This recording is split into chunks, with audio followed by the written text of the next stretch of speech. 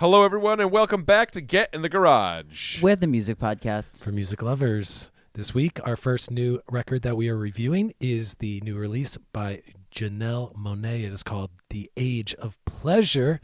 This is Janelle Monáe's fourth studio album. It is produced primarily by Nate Wonder, Nana Cobena, Sensei Bueno, and Janelle Monáe themselves. This album is like a sexy, smooth, sultry, sweaty ode to summer. I enjoyed it a lot. What did you guys think about this album? I absolutely love this album. I wasn't really sure. I didn't really know what I was going to think about it. I didn't really know what I was getting into, to be honest. So, I was like, all right, yeah, we're going to give this a shot, and I was just so pleasantly surprised. I thought it was fantastic. From front to back, it plays so good. You have songs kind of playing into each other. You got some interludes. You've got songs going into, I guess, not even necessarily interludes, but like outros and stuff like that, where like it's the same song, but it kind of changes a little bit for like a minute or something, Yeah, it was fantastic. I absolutely adored this record. This has like strong reggae vibes and horn vibes, like strong like African horn vibes on here. There's a lot of cool stuff. This album is really, really short at that. It's 32 minutes.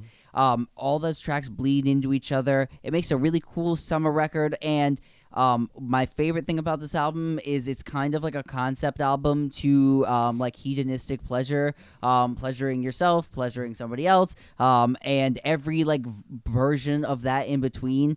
There's a lot of stuff I liked on here. There's also like some more like danceable stuff that like had some cool like trappy beat verses. A lot of cool instrumentation on this record. And it had like the strong like island vibes, but not in a corny way at all. It was really, really well done. Liked it a lot. Great summer record. Yeah, supposedly this is Janelle Monáe's ode to the Pan-African diaspora. So it features music from Africa itself, from the Caribbean, from Jamaica, from Brazil, like all the places where African culture disseminated to because of the black slave trade. So it has like rhythms all over this that are dance hall, that are reggae, that are pop, that are R&B, that are kind of like the world music thing while still being modern, like pop, hip hop type production. Like you said, there are a couple tracks. I think there's 3 or 4 that are like separate tracks, but they are just like a minute and a half tags onto the previous song. Can I kind of interrupt Sure. here real fast? Do we think that was done for like a crediting like reason for like making the album longer and maybe getting more like album credits on something? I think it was done because I think it helps the album flow, because 32 minutes, 14 tracks, and this feels like one continuous motion thing. And it seems like a lot of these little tag tracks actually feature artists that are like big touchstones to this sound.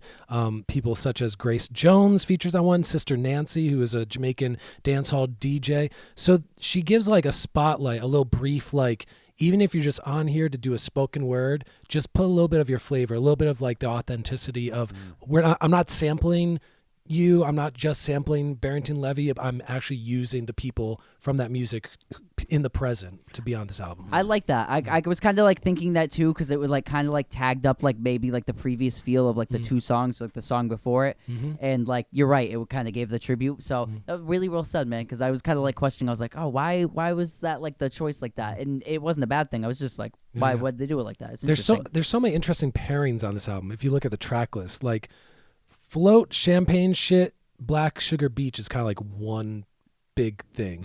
Then like Phenomenal, Hot, Ooh La La is another thing. Then like Lipstick Lover, The Rush, Friend 75 is another thing. Like it kind of is these like 8-minute peaks, and then kind of like, so there are, in my opinion, like 5 or 6 tracks that are like the main tracks, and then the other things are there to like buoy around it and to like kind pop of up that structure.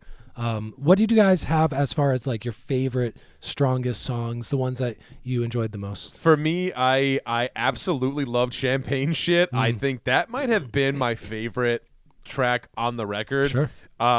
Even that whole idea where she's like, yo, I'm going to make you a whole lot of money. Like, it's like announcing, like, we have arrived. We're here. We're going to make you a whole lot of money because this is going to be a killer album. Great horns on there, too. It, like, Super, super strong. Luke. I was gonna say like the horn lines reminded me like some of these songs like DMX tracks, but where the horn line is like terrible on a DMX MIDI like horn. Yeah. These are like the best version of that you've ever heard, and like gave that flavor in such a great way. Yeah, a bunch of the horns on this album are provided by Seun Kuti and Egypt 80. Seun is the youngest son of Fela Kuti, African pop great, and his band Egypt 80. So you hear that horn part on 3 or 4 different tracks. I think Champagne Shit is awesome. It uses the Barrington Levy song Murderer, which is like a huge notable reggae song that like the melody everybody kind of knows. It's been sampled a million times in hip hop songs. Those keyboard licks, the guitar hits, it just announces like with the horns and stuff. It's just, and even as it trails off big. into Black Sugar Beach too, it's kind of like an extended sort of dancier extension of Champagne Shit, and it's got that great like African style guitar that's reminiscent of kind of like the Krungbini sort of Ali Fark. Touré, like that sort of style. I forget. There's a specific word. It's like desert blues. Is that like the genre? Yeah, those are guys. That's music from Mali. Okay, but yeah, desert blues. But it's that kind of vibe to it, you know. And that's why I think it's there's that kind of stuff is so strong on this record, where it's like there's kind of themes that kind of like pop back up a little bit later in the record, especially that sort of desert African guitar kind of thing. It kind of like shines out sort of towards the end of the record. But for me, that first say third of the record or something like that really stands out as one of my favorite highlights from the album. I like where the record gets like really kind of sweaty, to use a term. I'm gonna go like my favorite song on here is The Rush. I loved the way the like vocal intro comes in. Feel your ocean come to my moon, let your rain become a monsoon. And euphemisms go from there. Sexual. Yeah, I just loved like the great like da-dum, da-da-dum, da-da-dum. It had that great like Latin feel and groove to it, that like reggaeton beat, and then it like came in with the like Spanish guitar in there, and it had like the rap kind of thing going on. I loved how it was mellow the whole time. So that was definitely my favorite on there, especially just that rhyme of the intro into the outro. That really got me. And then like Water Slide on here as well was definitely my second favorite track.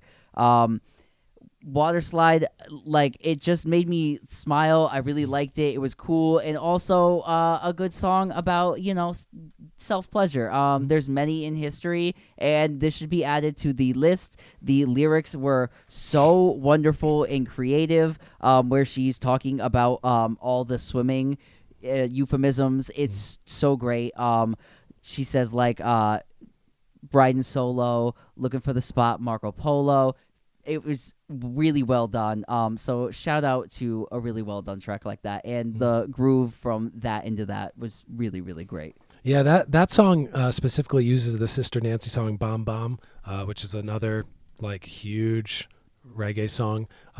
I love the Amare feature on the song "The Rush." She's a Ghanaian American singer. She has that like vintage like lost world cinema kind of reedy, like childlike voice quality that is so hard to place. Like I couldn't tell where in the world she's from. It sounded almost like Middle Eastern or Asian, and she's from Ghana, or maybe her heritage is from Ghana. But I really enjoyed that voice. My favorite song on this is the second to last song, Only Have Eyes for Two, which samples the song The Loser by Derek Harriott. Those lo-fi kind of honky-tonk reggae piano keys, has those crazy sci-fi laser keyboard things throughout, and I think it's the best vocals on the album. I think that Janelle Monáe sounds amazing on the song Only Have Eyes for Two. It's just like the most full and rich and like taking the mic kind of singing she does on the album, in my opinion. I also really like the song Know Better, which features CK, who is a big African pop star right now. I believe he has like the most streamed single by any African artist ever.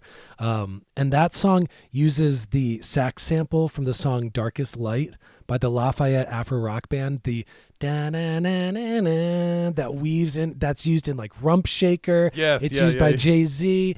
Yeah. But we're listening. Yeah. Me and Mike were listening to the album on the way to work, and that part comes up, and Mike goes, "Wait, hold on, give me your phone." Yeah, yeah. And he goes, he plays it, and he goes, "It's Rump Shaker, man." Yeah, yeah. And it was, But it's just pitched up, so it sounds like even more like Yeah. mysterious, and Yeah. and it's used like so well as the kind of lead in to the main bulk of the instrumental. It's not like it relies on the sample; it uses the sample to like just lift the song to another place. Overall, I think this album like is very strong. It's very, I mean, the key is confidence on this record. It's so like knows what it is, knows what it wants to be. It takes so many cues from Beyonce's album that she released last year, Renaissance. It takes a lot of cues from other artists such as Amber Mark or Sabrina Claudio, or Sade, like people who make kind of like adult but still sexy R&B inflected music. I love all the world influence on this album. I love the fact that she collaborated with artists from places that she was trying to get the sound of. It's very authentic and real to me. I love Grace Jones's maybe fake French. Is that real French? Does anyone speak French to know? Frances. I tried to look it up to see if it was real French, but nobody could answer my questions. The icon Grace Jones. Yeah. Like that part of it, like Who it, knows? even I was making like Yeah. notes on like first listen going down, and on Phenomenal I was like, oh, great Grace Jones vibes, Yeah, yeah. and then to have her pop up, and I was like, oh my gosh, and it was very. Yeah. I was like, oh, that's really nice. I love that kind of stuff. Even to speak to Phenomenal too, I mean, Jeff had mentioned, the Beyonce record Renaissance. That to me felt very much like that song Alien Superstar. Yeah, Because it's like, it's that same sort of almost like spoken word on beat. Here is what I'm saying. And Phenomenal to me is like the very clearly like it instrumentally it sounds hedonistic. It's just sounds like dark and dank and like sweaty. Two female and- singers. Right. Doechii is featured on right, that. And, yes, with and if Doechii. you read the genius layout of the words, it's like they weave in and out. They each take verses and choruses, but their voices are so complementary but similar that it's Yeah. like this. Yeah, it's like kinda this can't very tell who- hedonistic yeah. orgy of vocal. yeah.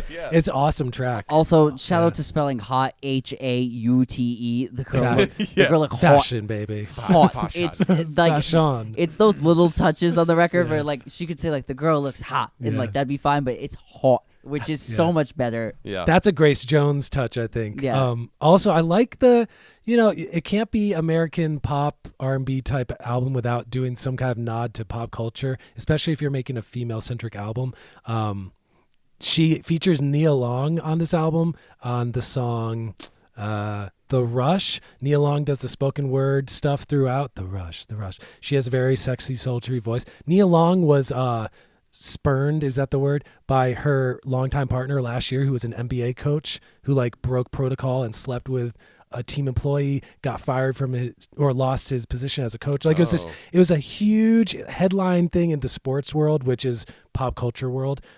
So for her to feature this like woman who was wronged by this dirtbag man, I think is very cool. Oh, that's cool. Yeah. And just like a tip of the cap of like, we got your back, like. Because Janelle Monáe is also an actor as well. Mm-hmm. She's been in a couple films now. She was in Moonlight, right? I think she was in Moonlight. Yeah. She was in Glass Onion. She's been in a few. She's up and coming in the media world overall, not just her music. I like the closer a lot, A Dry Red, which has a light samba type groove. It's like acoustic guitar and woodwinds, another strong vocals showcase, another like maybe 2.5 minute song that kind of just like wraps up. And I put this album on repeat. Not only does it work 32 minutes straight through continuous, but it repeats back and it like keeps it going. Like it doesn't sound like the opener is the opener when you play it on repeat. It just kind of all flows. It's the flow of this album is it's really its strong point, and it's only 32 minutes long. Try a new album. This album is like so over so fast. So even like that's only a half hour of my life. But it's really great, really well done. Fun modern music that evokes a lot of great stuff from the past, but is really pushing forward in a modern way. Yeah. Any wrap ups, or we want to hit to ratings? I'm good for rating. Yeah. Good for ratings? Let's do it, Luke. What's your rating? I'm gonna go that this is an 8.2 for me. There's just like some other stuff like room to move up a little bit. Some of the stuff didn't hit me like as hard, but I really, really like this record. It's super, super strong, really, really fun, and like has the kind of like islandy vibes for like a younger generation in a really fun and summery way. So 8.2, try a new record, 32 minutes, double Yeah. thumbs up. Yeah. I will bump that 8.2 up to an 8.5 for me. In my opinion, Janelle Monáe, like Luke had said, there's definitely some room to grow there. But I think that incorporating that sort of islandy sound, especially those sort of like dub electric sort of stabs and stuff like that, like there's a lot of wiggle room to where that can kind of maybe feel a little bit cheesy or a little bit like a put on. It did not feel like that at all on this record. Everything felt real and authentic. And also her inclusion of all the artists who were included on this record too is kind of that thing where it's like we all lift each other up, but it's also kind of like she's in on the joke. You know, there's a lot of this sort of like super sexual and all that stuff. That being said, Janelle Monáe also owns all of these ideas, and it seems like it's an empowering thing, and it's sort of like it's tongue-in-cheek with, you know, a wink and a smile, but there's also there's quite a bit of substance on this record as well, so 8.5 for me. I've been listening to Janelle Monáe for the 10 plus years she's been putting out music. I've loved her evolution. She started as this like kind of Prince indebted pop electro soul type of singer. She's grown and grown and grown. I think this is her most concise statement. I just would have loved like 5 more minutes of shit because I loved this experience so much. I'm giving this a 9.5. Nice. Wow, very high rating from Jeffrey. Yes, indeed. So that was Janelle Monáe's Age of Pleasure. Do you like it? Do you love it? Let us know. Tell us about it. In the comments below. And we